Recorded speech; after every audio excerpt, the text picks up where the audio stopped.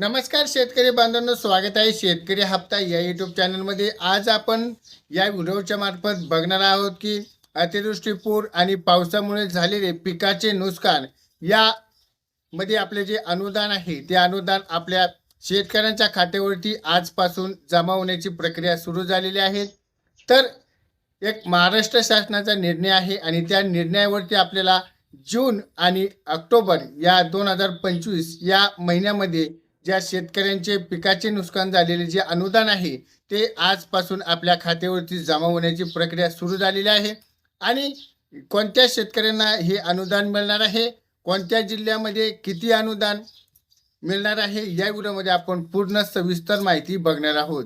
तर अशाच सरकारी अपडेटसाठी आपल्या चॅनलला सबस्क्राईब केलं नसेल तर सबस्क्राईब करा। चला तर आपण पूर्ण सविस्तर माहिती या व्हिडिओमध्ये आपण जाणून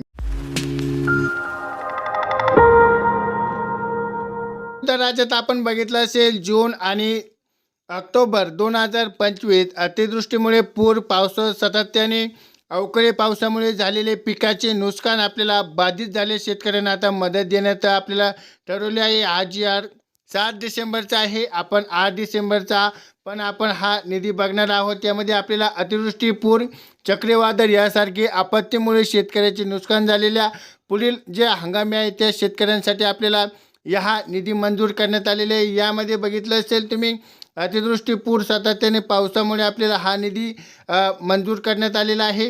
हा निधी आपल्याला बघितलं असेल तुम्ही 400 कोटी 10 लक्ष 69,000 आपल्याला पाहायला मिळालेले आहेत। पण यामध्ये आपण बघणार आहोत की कोणत्या आपल्याला जिल्ह्यामध्ये आहे, त्या जिल्ह्यामध्ये आपल्याला पूर्ण जिल्ह्यामध्ये आपल्याला बघायला भेटणार आहे। त्यामध्ये बघितलं असेल पहिल्यांदा तुम्हाला जो जिल्हा आहे तो म्हणजे चंद्रपूरमध्ये बघितलं असेल ऑगस्ट 2025 यामध्ये बघितलं असेल 28,087 इतके शेतकरी संख्या बाधित झालेली आहेत। यामध्ये बघितलंय की बाधित झालेले हेक्टर असेल 34,032 आणि त्यांच्यासाठी जो निधी दिलेला आहे तो 291 लाख आहे। आता आपण जे सप्टेंबर महिन्यामध्ये बघितलं असेल तो 26 लाख रुपये आपल्याला जो मंजूर झालेला आहे। नागपूरमध्ये बघितलं आहे 17 लाख रुपये मंजूर झालेला आहे।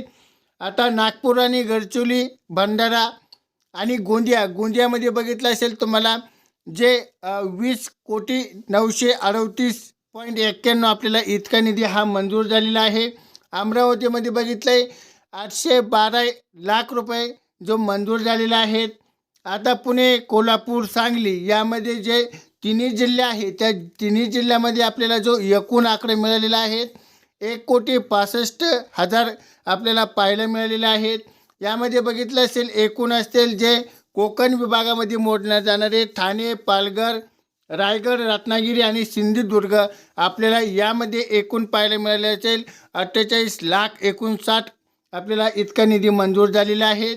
याचमध्ये आपण नाशिकमध्ये बघितलं आहे नाशिक, धुळे, नंदुरबार, जळगाव आणि अहिल्यानगर यामध्ये टोटल बघितले असेल टोटल आपल्याला 20,04,10 आपल्याला पाहायला मिळालेले आहेत। यामध्ये टोटल आकडा जो तुम्हाला 482 कोटी 10 लक्ष 69,000 आपल्याला इतकी जी निधी आहे तो मंजूर झालेला आहे। तो लवकरच शेतकऱ्यांच्या खात्यावरती जमा होणार आहेत। बऱ्याच काही शेतकऱ्यांच्या खात्यावरती पहिलेच जे अनुदान जमा झालेले आहेत, पण आता हे अनुदान कोणत्या शेतकऱ्याच्या खात्यावर जमा होणार आहेत हे एक महत्त्वाचा प्रश्न आहे। यामध्ये कोणते शेतकरी येतात, म्हणजे जे शेतकरी असतील फार्मर ID पेंडिंगला असतील, ज्या शेतकऱ्यांची मयत झाली असेल किंवा रब्बीचं जे अनुदान असेल ते अनुदान या शेतकऱ्याच्या खात्यावरती जमा होणार आहे। आता हा व्हिडिओ आवडला असेल तर एवढ्याला लाईक करा, उपयुक्त वाटला असेल आपल्या शेतकरी बांधवांपर्यंत शेअर करा आणि अशाच सरकारी अपडेटसाठी आपल्या चॅनलला सबस्क्राईब केलं नसेल तर सबस्क्राईब करायला विसरू नका। तर भेटूयात पुढच्या व्हिडिओमध्ये, तोपर्यंत धन्यवाद।